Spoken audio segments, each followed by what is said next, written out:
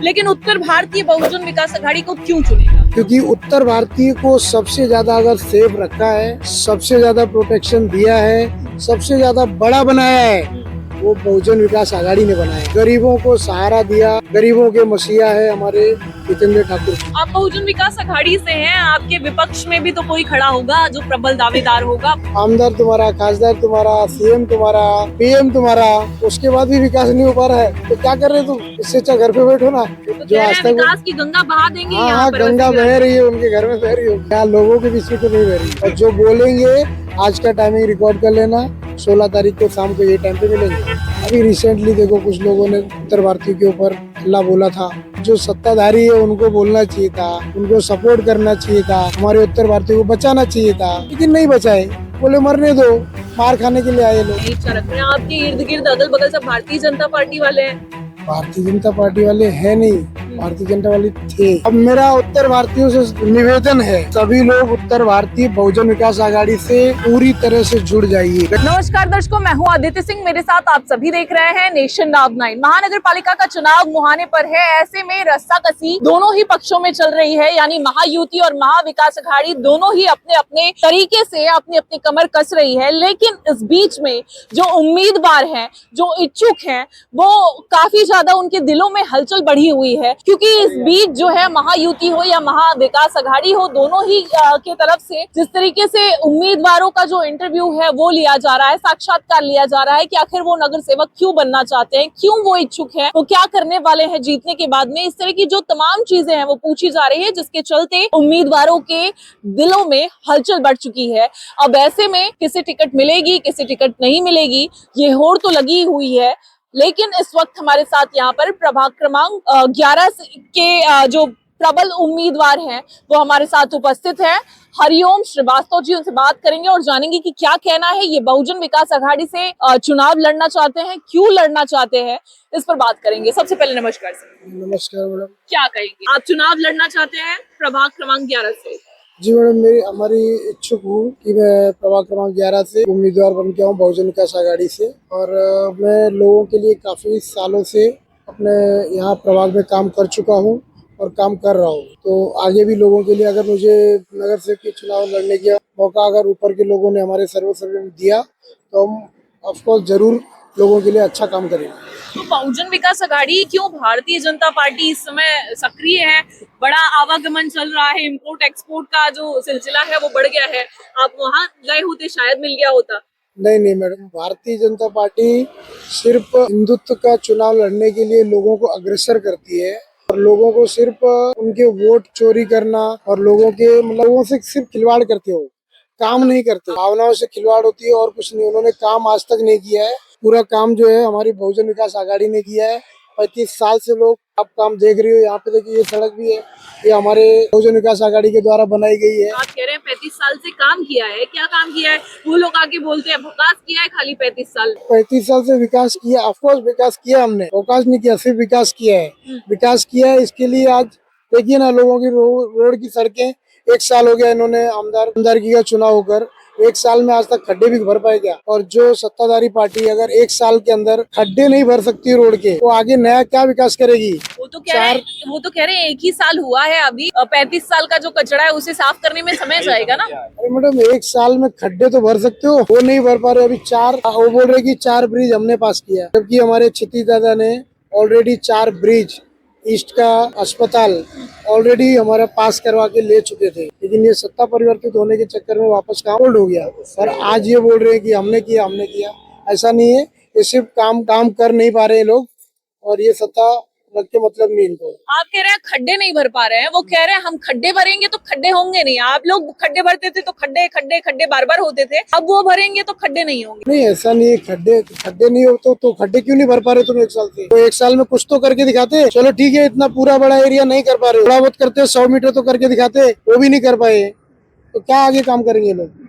आप प्रभाग क्रमांक 11 से इच्छुक है, अगर आपको टिकट दिया जाता है किस आधार पर दिया जाए और मिलने के बाद में आप जीत कर आएंगे, इसका कितना दावा है? जीत का 100% दावा है। यहाँ पे जो लोग हैं सब धर्म के लोग हैं और हमारे सरकार, हमारी सर्वोपरि जो जितेंद्र ठाकुर जी हैं, वो सर्व धर्म से लेकर चलते हैं लोगों, सभी लोगों को साथ लेके चलते हैं। यहाँ उत्तर भारतीय भी है, बिहार से भी है, मारवाड़ी, गुजराती, यूपी, बिहार सब लोग हैं, हिंदू, मुस्लिम, सिख, ईसाई सब लोग हैं।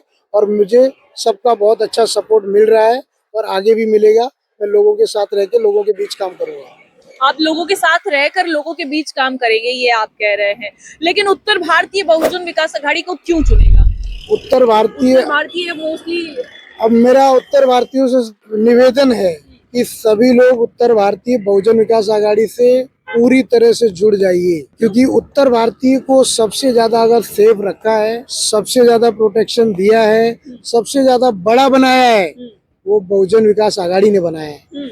आप मैं पूछना चाहूंगा, बहुत सारे आज की डेट में आपने देखा होगा, बहुत सारे बिल्डर बहुत बड़ी बड़ी बिल्डिंग बना रहे हैं, 28 माले 25 माले की बिल्डिंग बना रहे हैं। क्या वो लोग कितना पैसा लेके आए थे यूपी से? 1500 किलोमीटर दूर आप जब आए थे तो क्या लेकर आए थे? पहले चाली बनाए, जो भी बना रहे, कम से कम जो लोग जिसकी रहने की व्यवस्था नहीं थी उनकी व्यवस्था हमारे उत्तर भारतीय के लिए बहुजन विकास आघाड़ी ने करके दी।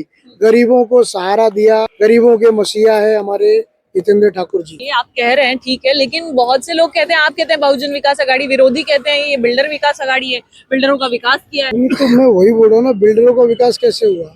क्या जब आदमी इंसान पैदा होता तुरंत बिल्डर बन जाता? उसने मेहनत किया, लोगों ने उन्होंने यहाँ पे रहने के लिए जगह दिया, जो बेचारे किसी चीज के कैपेबल नहीं थे उनको कैपेबल बनाया, उनको सहारा दिया, काम करने के लिए काम करने का मौका दिया। इसके लिए लोग बड़े बने, मेहनत किए तो आगे बढ़ते ही है। आप बहुजन विकास आघाड़ी से हैं, आपके विपक्ष में भी तो कोई खड़ा होगा जो प्रबल दावेदार होगा। भारतीय जनता पार्टी किसे उतारेगी, वो भी तो अहम होगा। भारतीय जनता पार्टी किसे उतारे उससे मुझे कोई लेना देना नहीं है। मैं अपनी तरफ से तैयार हूँ, अगर पार्टी मुझे मौका देगी मैं जोर शोर से जीत कर भी आऊंगा और बहुजन विकास आघाड़ी का झंडा लहराएगा। झंडा लहराएगा जी। कितना प्रतिशत दावा? 100% दावा। सब दावा कर रहे हैं, दावा- किसका दावा सच्चा?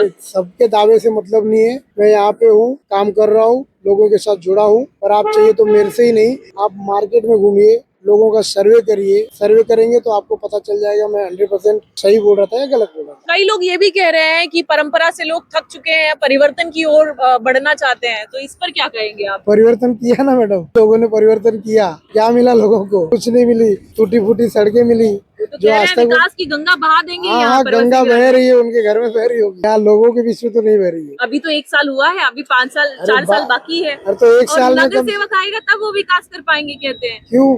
आमदार तुम्हारा, खासदार तुम्हारा, सीएम तुम्हारा, पीएम तुम्हारा, उसके बाद भी विकास नहीं हो पा रहा है तो क्या कर रहे तुम? इससे अच्छा घर पे बैठो ना। इसलिए लोगों को अफवाह फैला रहे जबरदस्ती, ऐसा ये सब गलत बात है।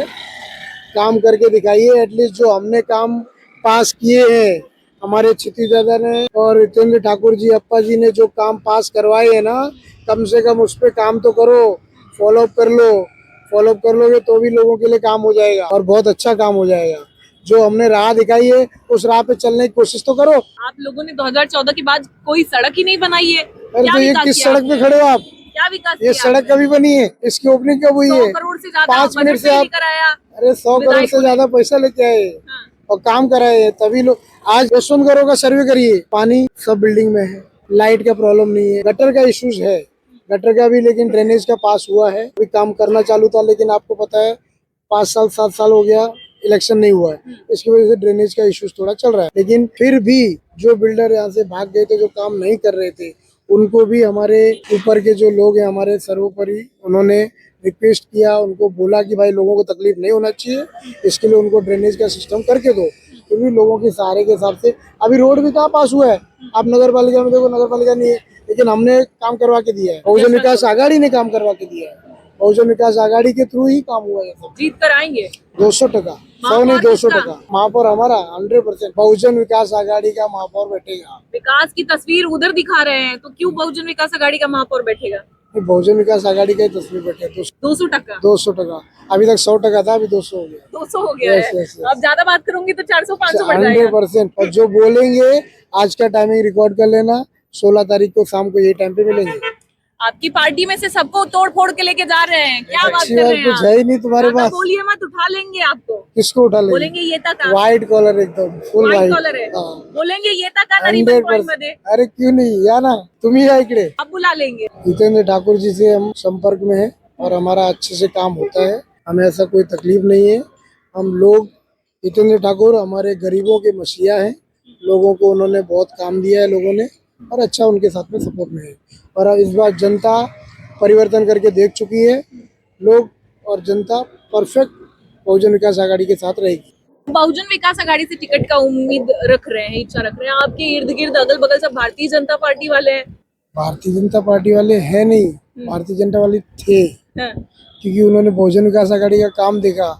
और वहाँ पे भी ये लोग जब थे ना, तो वहाँ देखे कि इनको कोई इज्जत नहीं, उस तरह का काम नहीं इन्होंने दिखा ना, तो ये हमारे साथ रहे। और ये भारतीय जनता पार्टी के बाद में पहले हमारे भाई है, हाँ। हमारे साथ पहले से रहे। हम एक उत्तर भारतीय संस्था हमारी चलती है, उत्तर भारतीय संस्था के सदस्य हैं और सभी लोग पदाधिकारी हैं। ये हमारे साथ पहले से थे। भारतीय जनता पार्टी के लोग बाद में हैं, पहले उत्तर भारतीय है, मेरे भाई है। तो उत्तर भारतीयों पर जो अन्याय होता है या जिस तरीके से उन्हें डांटा फटकारा मारपीट का जो किया जाता है, उसके लिए आगे कैसे काम करने वाले हैं आप?